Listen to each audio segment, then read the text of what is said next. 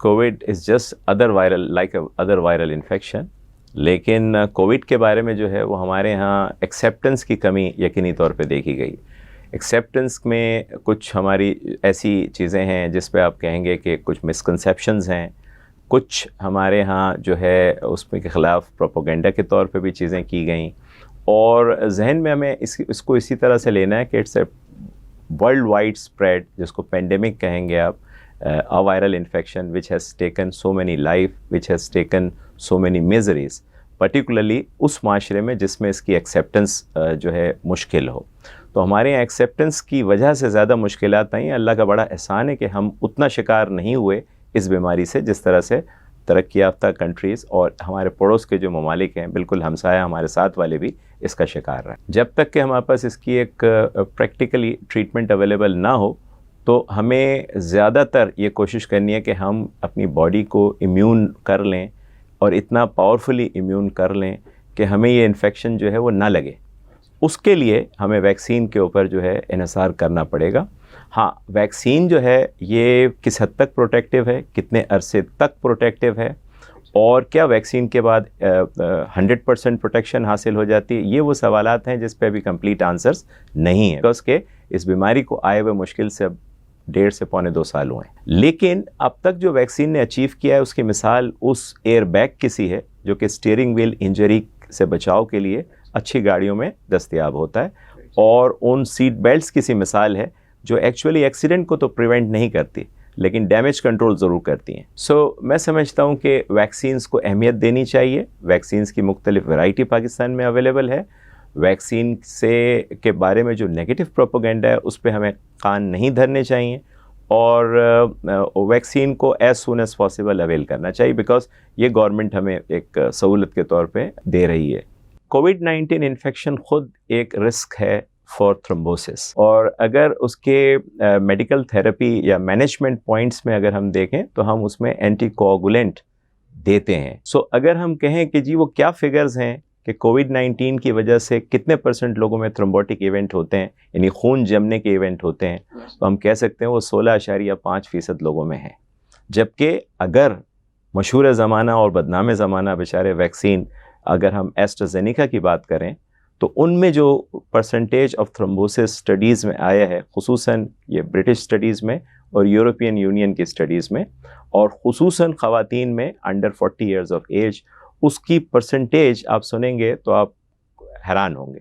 वो परसेंटेज कोई 0.0004% है, यानी 16.5% कोविड-19 की वजह से थ्रोम्बोटिक इवेंट के होने के चांसेस हैं, और उसके बरखिलाफ़ वैक्सीन से रिलेटेड जो पब्लिश डाटा है वो आप ख़ुद देख लें कि वो कितना मीगर या कितना मामूली है।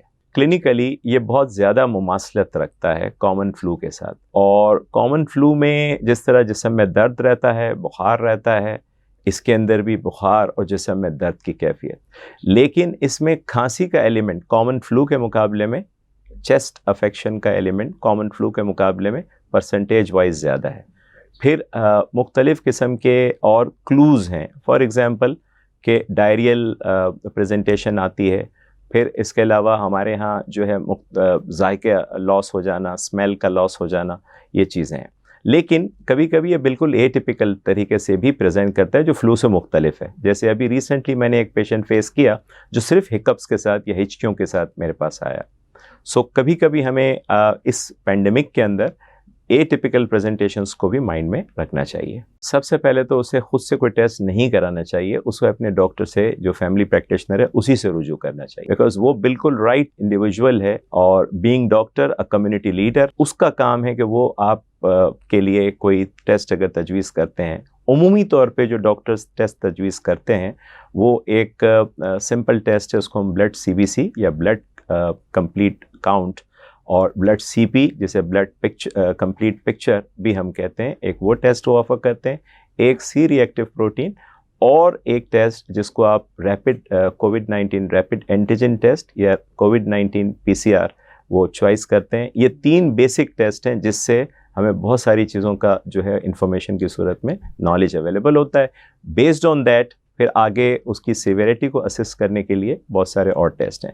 यहाँ ख़ास तौर पे जिन पेशेंट्स में बुखार के साथ, जिस्म में दर्द के साथ, करंट पेंडेमिक में सांस लेने में डिफ़िकल्टी हो, तो एक छोटा सा आला है, उसे pulse oximeter, portable pulse oximeter कहते हैं, उसको लोगों को घरों में रखना चाहिए और अपनी ऑक्सीजन की जो रवानी है या फरावानी है नाखूनों की नेल बेड के अंदर, उसको जहन में रखना है कि वो 94% से अबव होनी चाहिए रूम एयर पे। अगर वो 94% के अराउंड या उससे कम है तो ये फौरी तौर पे एक ऐसा पॉइंट है जो इंडिकेट करता है कि इस पेशेंट को किसी अच्छे सेटअप की ज़रूरत है, किसी मेडिकल केयर फैसिलिटी की ज़रूरत है। वेव्स जो हैं ये तो जब तक के परसेंटेज किसी माशरे में ज़ीरो ना हो और फिर ट्रैवलिंग स्टॉप रहे तो शायद हम अगली वेव को प्रिडिक्ट करें कि ना आए। अगर ट्रैवलिंग रह रही है और 0% से पहले लॉकडाउन ओपन होता है, जैसे कि प्रैक्टिकली हम सबको पता है पूरी दुनिया में करना पड़ा है और कर रहे हैं लोग, तमाम ही कंट्रीज़ कर रहे हैं, चाहे वो तरक्की याफ्ता हैं या हमारी तरह तरक्की पजीर हैं, तो यकीनी तौर पे हम अपने आप को मेंटली तैयार रखें कि फोर्थ वेव और शायद गॉड फॉरबिडन जब तक कि ये वायरस म्यूटेट होके दूसरे वायरस में कन्वर्ट ना हो जाए, दूसरी इलनेस में कन्वर्ट ना हो जाए, फोर्थ वेव और उसके बाद वेव्स आ सकती हैं। So we have to have knowledge, insight and current updates as a responsible citizen of Pakistan। और उन चीज़ों पे ध्यान दें, उन चीज़ों पे, उन रिसोर्सेज पे भरोसा करें अपनी इंफॉर्मेशन के लिए जो आप समझते हैं कि रिलायबल है। हर व्हाट्सएप पे चलने वाली ख़बर रिलायबल नहीं होती और हर नेट पे चलने वाली ख़बर रिलायबल नहीं होती। तो सोशल मीडिया का हम जिम्मेदारी के साथ इस्तेमाल करें और both as a user as well as recipient of any information or a spreader of any information। तो विदाउट करंट अपडेट्स हमें उसे स्प्रेड ना करें तो बेहतर है, जिससे बहुत सारे मसाइल हमारे हल हो जाएंगे। देखिए, जनरल मैसेज सिर्फ एक है, वो ये है कि अपनी सेहत का ख़ुद ख्याल रखें। हर व्हाट्सएप पे और हर सोशल मीडिया पे चलने वाली ख़बर से अपनी नॉलेज को अपडेट ज़रूर करें, लेकिन उसके ऊपर तहकीक ज़रूर कर लें। और अगर गवर्नमेंट ने एक सहूलत वैक्सीन की सूरत में प्रोवाइड की है कोविड-19 से बचाव की, तो उसको पॉजिटिव लें। बस इसी चीज़ का आपसे इस्तदा है। शुक्रिया।